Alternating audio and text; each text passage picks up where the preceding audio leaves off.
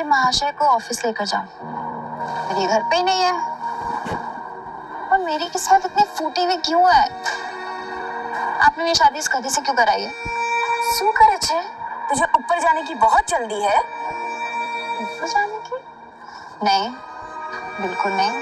तो शांति से बैठ ना, क्योंकि तेरे सवालों का जवाब ऊपर तेरे पप्पा दे सकते हैं। तेरे साथ साथ मेरी भी किस्मत फूट गई। कम ऑन मॉम, ये कैसा जोक है? जोक? मजाक मैं कर रही हूँ या तू? पिछली बार उसको ऑफिस लेके गई थी तो याद है ना क्या हुआ था? फिर से उसको लेके जाके अपना मजाक उड़वाना चाहती है? आप बहुत फिक्र करती हो। आपको क्या लगता है मैं गधी हूँ? मैं उसको लेके जाऊंगी और वापस अपनी बेइज्जती कराऊंगी। वैसे बस ऑफिस तक लेके जाऊंगी, अंदर आने नहीं दूंगी। फिर वो ज्वेलरी शॉप में जाएगा, मेरा नेकलेस लेगा और घर वापस आ जाएगा। और वैसे भी इससे ज्यादा मैं उसके साथ टाइम स्पेंड नहीं कर सकती। अभी चित्रा और अनीका नक्श को बुरा भला कह ही रहे थे कि तभी नक्श वहां आ गया। भाई साहब का एटीट्यूड देखने लायक था। जब अनीका ने देखा कि नक्श उसे इग्नोर करता हुआ अपने कमरे की तरफ जा रहा है तो अनीका को और भी ज्यादा गुस्सा आ गया। ये लो, आ गए साहबजादे नैन मटक्का करके। मॉम अभी नहीं, प्लीज प्लीज, मुझे ऑफिस के बहुत लेट हो रहा है और विहान मेरा वहाँ पे वेट कर रहा होगा। विहान का नाम सुनते ही नक्श के चेहरे का रंग फीका पड़ गया। देखो, आज तुम्हारी काम चोरी की बात हो रही है और तुम आ गए।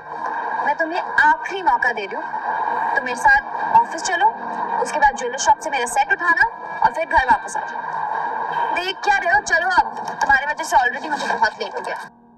नक्श चित्रा से तो कभी कभार बहस कर लिया करता था, लेकिन वो अपनी वाइफ अनीका से कभी भी जुबान नहीं लड़ाता था। चलो। अनीका और नक्श कुछ ही देर में अनीका के ऑफिस पहुंच गए।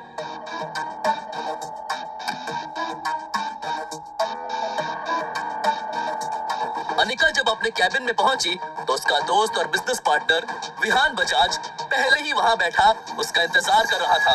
यार अनिका, मैं पिछले 1 घंटे से बैठा तुम्हारा इंतजार कर रहा हूँ। ये आदमी इतना खाली है कि 1 घंटे से यहाँ बैठ के मेरी बीवी का इंतजार कर रहा है। I am so sorry Vihaan, क्या ना कुछ लोगों के कारण देर हो जाती है। अनीका की बात सुनकर विहान के 1 घंटे इंतजार करने की शिकायत एक पल में ही गायब हो गई और वो बस मुस्कुराते हुए अनीका को ही देखे जा रहा था। वो आज बहुत ज्यादा खुश नजर आ रहा था। विहान, आज तुम बहुत ज्यादा खुश लग रहे हो। कोई लॉटरी तो नहीं लगी तुम्हारी? अब तुम्हारा आना किसी लॉटरी से कम है। भाई साहब, ये मत भूलिए कि आप एक ऑफिस में हैं और ये भी मत भूलिए कि आपको दोस्ती की सीमा नहीं लांघनी है। तुम चुप रहो। विहान, मैं समझी नहीं, तुम क्या बोलने की कोशिश कर रहे थे? विहान समझ गया था कि अनीका उसकी बात से थोड़ी अनकंफर्टेबल हो गई है, इसलिए उसने झट से बात बदल दी और बोला, इम्पोर्टेंट ये नहीं है कि आज मैं इतना खुश क्यों। इम्पोर्टेंट ये है कि मैं आज तुम्हारे लिए एक गिफ्ट लेके आया हूँ। मेरे लिए? जी हाँ, ये देखो अनिका, तुम्हारे लिए रेयर डायमंड का नेकलेस। जी हाँ। वाह, कैसा लगा? अच्छा लग रहा है ना? अनिका, ये असली डायमंड का नेकलेस नहीं है, बल्कि ये तो कॉपी है। यकीन मानो मेरा, ये फेक है अनिका। अनीका नहीं जानती थी कि नक्श भानुशाली खानदान से ताल्लुक रखता है। भानुशाली ग्रुप रेयर डायमंड के बिजनेस में भी है और क्योंकि नक्श भानुशाली ग्रुप का हिस्सा रह चुका था, इसलिए उसे डायमंड की अच्छी खासी परख थी। नक्श ने तो सही इरादे से अपना काम कर दिया था, लेकिन अनीका को नक्श की बात कुछ रास नहीं आई। तुम्हें बोला है ना, बीच में मत बोला करो, चुप रहो। नक्श की बात सुनकर विहान को भी ये समझ आ गया था कि अब वो उस फर्स्ट कॉपी नेकलेस को ओरिजिनल बताकर अनीका को बेवकूफ नहीं बना सकता है। हाँ, ये मतलब असली रेयर डायमंड नेकलेस नहीं है, पर इसका एक एक हीरा असली है। बस इसकी क्वालिटी रेयर डायमंड नेकलेस से थोड़ी सी कम है। पर अनिका, मुझे जब भी रेयर डायमंड नेकलेस मिलेगा ना, मैं डेफिनेटली तुम्हारे लिए लेके आऊंगा। वाह, बहुत अच्छी बात है। मतलब रेयर डायमंड नेकलेस इस दुनिया में सिर्फ 10 बने हुए हैं और ये भाई साहब लेके आएंगे। ऐसे इंसान का तुम भरोसा नहीं कर सकती हो। अरे झूठ बोल रहा है तुमसे, आगे भी झूठ बोलेगा, कोई काम का नहीं है ये। और तुम्हें रेयर डायमंड नेकलेस की क्या जरूरत है अनिका, जब तुम्हारे पास असली डायमंड है। आज अनिका को विहान की हरकत से ज्यादा इस बात पर हैरानी हो रही थी कि अचानक नक्श के अंदर हर बात का जवाब देने की हिम्मत कहां से आ रही है। तुम चुप रहोगे?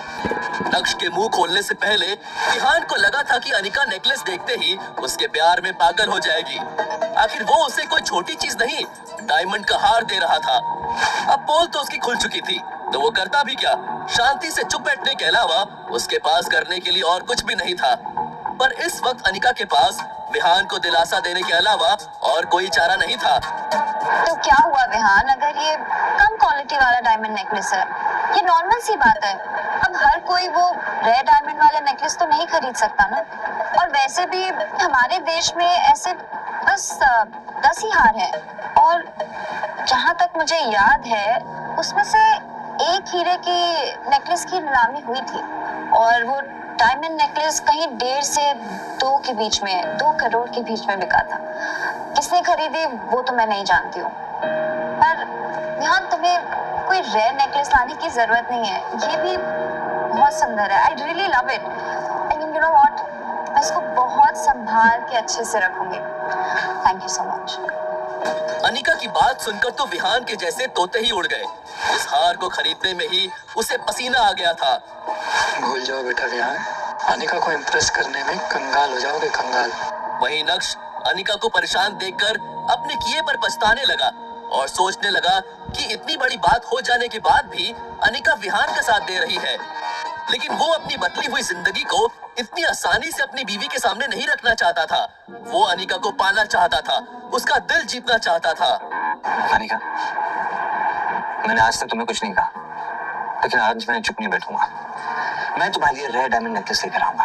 ये मेरा तुमसे वादा है। मैं दुगनी मेहनत करूंगा। मैं वो सब हासिल करने की कोशिश करूंगा जो तुम्हारे अरमान है। I promise। अपने दिल की बात अनिका के सामने रखने के बाद नक्श ने अनिका के जवाब का इंतजार भी नहीं किया और उसके कैबिन से बाहर निकल गया। नक्श ने पलटकर अनिका की तरफ देखा तो अनिका भी उसी की तरफ देख रही थी। प्यार नहीं तो कम से कम नक्श अनिका का ध्यान अपनी तरफ खींचने में कामयाब हो गया था। क्या नक्श को खुद से दूर रखकर मैंने कोई गलती तो नहीं की? ये क्या सोच रही हूँ मैं? विहान मेरा बिजनेस पार्टनर है, मेन इन्वेस्टर है। नक्श की इस हरकत की वजह से अगर विहान कंपनी से बैकआउट कर गया तो क्या होगा?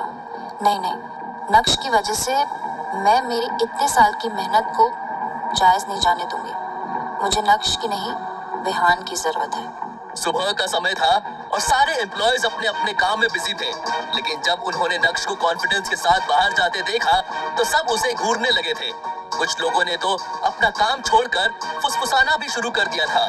दूसरी तरफ वही अनिका का गुस्सा इस वक्त चरम पर था।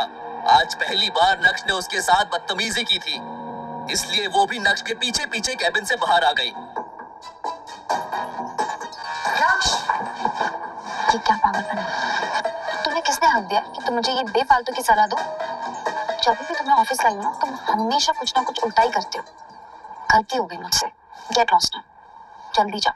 नक्श ने अनिका की इस बात का भी कोई जवाब नहीं दिया। वो जानता था कि वो जितना बोलेगा उतना ही अनिका का गुस्सा बढ़ता जाएगा। उसे अनिका से जो कहना था वो उसे कह चुका था। जैसे तैसे अनिका ने अपने गुस्से को दबाते हुए मामले को खत्म करने की कोशिश की, लेकिन उसे क्या पता था कि अभी तो मामले की बस शुरुआत हुई थी। अबे ओ, बीते 2.5 सालों में जिस नक्श के मुंह से एक आवाज नहीं निकली, वो नक्श आज अनिका को सलाह दे रहा था। कैसे? नक्श की हिम्मत के पीछे कौन छुपा था? क्या नक्श का अपनापन देखकर अनिका के दिल में नक्श के लिए कुछ होगा, या फिर अनिका को बस अपने बिजनेस की ही पड़ी थी? विहान और नक्श के बीच क्या होगा? क्या विहान गुस्से में नक्श पर हमला करने वाला था? अगर ऐसा हुआ तो क्या अनिका नक्श को बचाएगी, या फिर विहान का दांव उल्टा पड़ता हुआ नजर आएगा? जानने के लिए सुनिए इंस्टा एम्पायर।